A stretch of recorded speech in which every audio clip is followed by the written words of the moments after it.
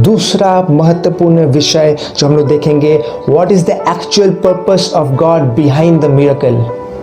परमेश्वर का चमत्कार कार्य के पीछे का उद्देश्य क्या है, आज हम लोग वो जानेंगे।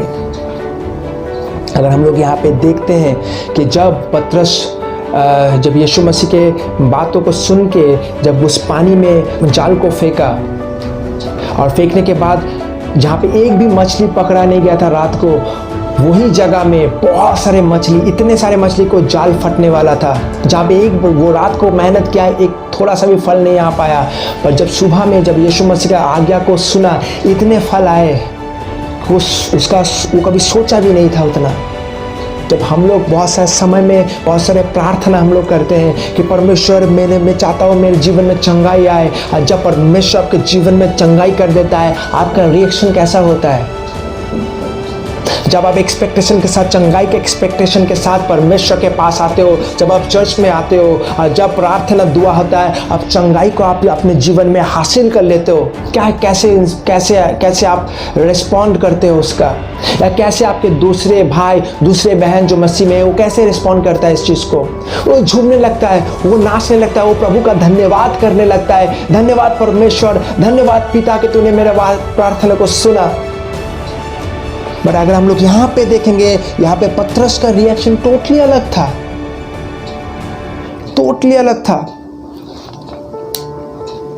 अगर हम लोग देखेंगे वर्स 8 एंड वर्स 10, जहाँ पे पतरस जब ये चमत्कार हुआ, पतरस यीशु मसीह के पैरों में गिर गया। उन्होंने कहा, go away from me Lord, I am sinful man. परमेश्वर मुझसे तो दूर हो जा, स्वामी तू मुझसे दूर हो जा, मैं एक पापी व्यक्ति हूँ। और यीशु ने कहा 10 पद में कि डर मत, from now on you will be catching man. अगर हम लोग देखेंगे क्यों वो डर गया था। जब हम लोग के जीवन में, जब हम लोग प्रार्थना करते हैं, जब हम लोग के जीवन में कोई चमत्कार होता है, हम लोग आनंद मनाते हैं। और यहाँ पे पतरस का टोटली ऑपोजिट रिएक्शन क्यों है? यहाँ पे एक बार भी लिखा हुआ नहीं कि पतरस आनंद मनाया, पतरस पागल हो गया कि देखो कितने मछली मेरे पास आ गया, पर टोटली ऑपोजिट। पतरस डर गया। पतरस यीशु मसीह के पैर में गिड़गिड़ाने लगा कि यीशु प्रभु स्वामी तू चला जा, मैं एक पापी व्यक्ति हूँ। क्यों ऐसा रिएक्शन पतरस ने लिया? क्योंकि पतरस ने, अगर हम लोग देखेंगे 5 पद में, पतरस ने यीशु मसीह को आंसर दिया था स्वामी। वो स्वामी का मतलब वो समझ पाया उस दिन। वो समझ पाया यीशु मसीह स्वामी है, इस परिस्थिति का स्वामी वो है, इस परिस्थिति को वो कंट्रोल करता है, ये परिस्थिति का ऊपर अधिकार उसका है। और उसके साथ साथ वो ये भी समझ पाया था कि उसका वो जीवन का स्वामी भी वो है, उस जीवन के ऊपर भी यीशु अधिकार को रखता है, जो उसके जीवन में एक डर को लेके आया। क्योंकि वो समझ पाया, अब से मैं जान चुका कि कौन मेरा सच्चा स्वामी है। अब से मैं अपने जीवन का स्वामी मैं खुद नहीं हूँ, बट यीशु मेरे जीवन का स्वामी है। अब मैं अपना जीवन का डिसीजन मैं खुद नहीं ले सकता, बट यीशु मेरे जीवन का डिसीजन लेगा।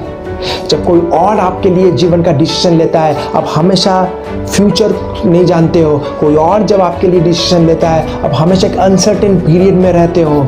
और जब कुछ जो चीज़ आपके जीवन में डर को लेके आता है, मुझे आज भी याद है जब परमेश्वर ने मुझे चुना, परमेश्वर ने मुझे बात किया कि मैंने तुम्हें फुल टाइम मिनिस्ट्री के लिए मैं बुला रहा हूँ।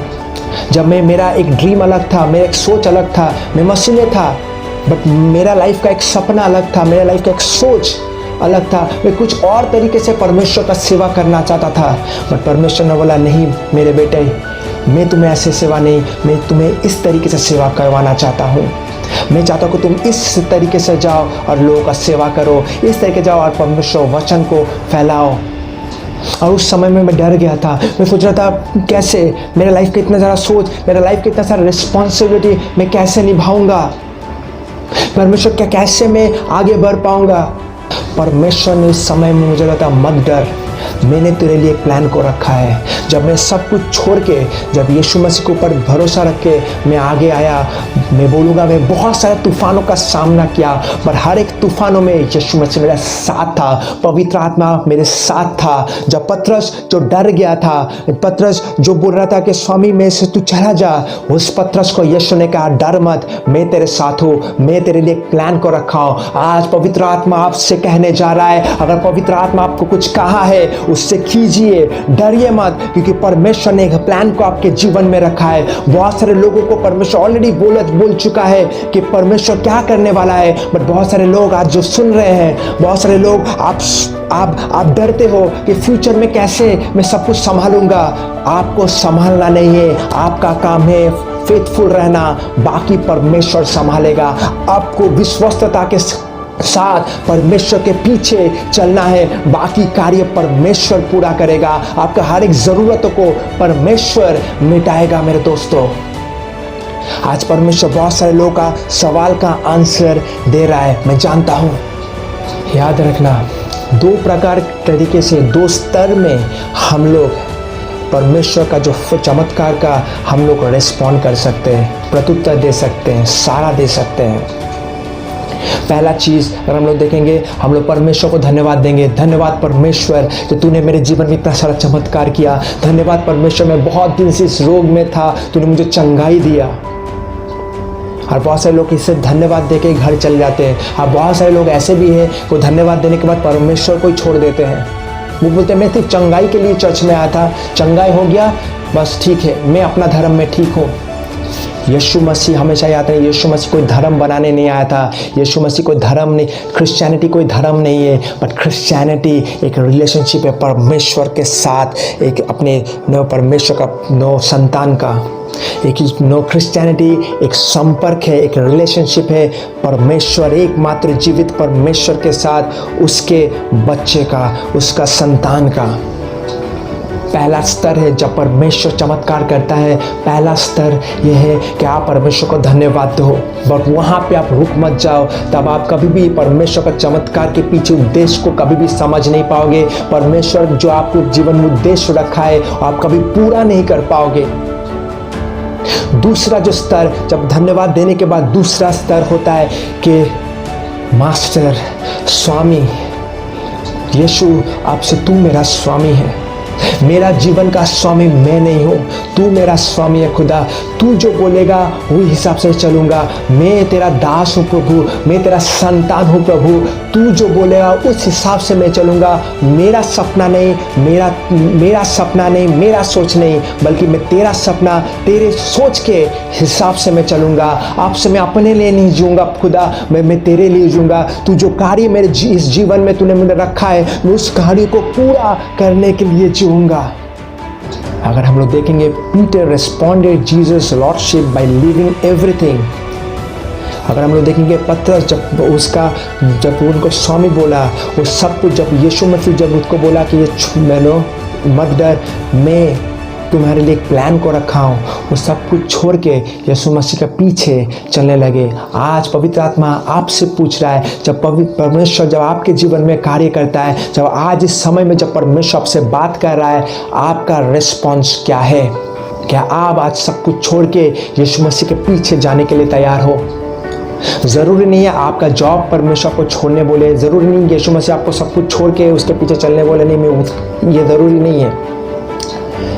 बट इसका मतलब ये है कि आप अपने जीवन में आपका जो सपना था वो सपना को त्यागो। अगर वो परमेश्वर के सपना के साथ मैच नहीं खाता है, आपके जीवन में जो आपने प्लान जो रखा है उस प्लान को साइड में करके परमेश्वर का प्लान को ढूंढो। परमेश्वर क्या चाहता है वो ढूंढो।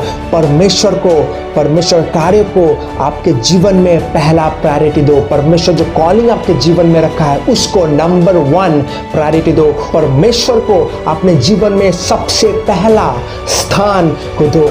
जो परमेश्वर कहता है उसके पीछे चलो। हो सकता है वो आपका इच्छा ना हो, पर आपकी इच्छा को सैक्रिफाइस करके परमेश्वर का इच्छा को पूरा करो। जब आप पूरा करोगे आप बहुत एक रीति से परमेश्वर के लिए यूज होंगे।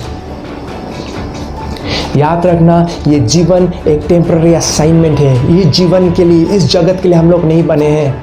हम लोग जो जगत आने वाला है उस जगत के लिए हम लोग बने हैं। इस जगत में हम लोग परमेश्वर का जो कार्य है उस कार्य को पूरा करने के लिए आए हैं। यीशु ने कहा, पतरस अब से तुम जिंदा मछली को पकड़ के मार के नहीं बेचोगे, बट आज तुम्हारे लिए प्लान मैंने कुछ और रखा है। तुम जगत में जाओगे, जो लोग मरे हुए आत्मिक तौर से, उस इंसान को तुम पकड़ोगे, उसको परमेश्वर का वचन को दोगे और उसको जिंदा कर दोगे।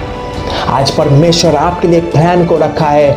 परमेश्वर प्लान को रखा है जो आज बहुत सारे आपके आस पड़ोसी, आपके घर में जो लोग हैं, बहुत सारे लोग ऐसे हैं कि सिर्फ आप परमेश्वर को जाने हो, आपके घर अभी तक नहीं जाना है। परमेश्वर को वचन को दो। आपके रिलेटिव में परमेश्वर को वचन को दो। जिस जगह में आप कार्य करते हो उस जगह में परमेश्वर का वचन को दो। जो आत्मिक तौर से मरे हुए हैं उसको परमेश्वर के वचन को दो और उसको जिंदा कर दो।